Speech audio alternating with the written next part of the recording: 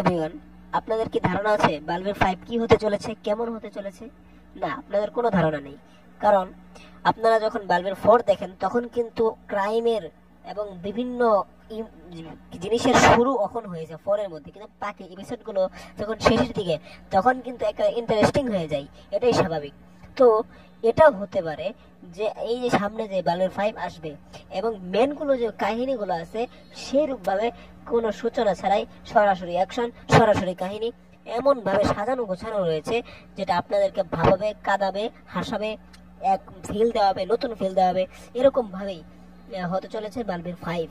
কারণ সেখানে সম্পূর্ণরূপে সমাপ্তির যে ঘটনাটা আছে সেই ঘটনাটা সেখানে অনুষ্ঠিত হতে চলেছে। এর জন্যই সেটা একেবারে বড়ভাবে, বড় স্কেলে সেটা তৈরি হবে, এটা 100%।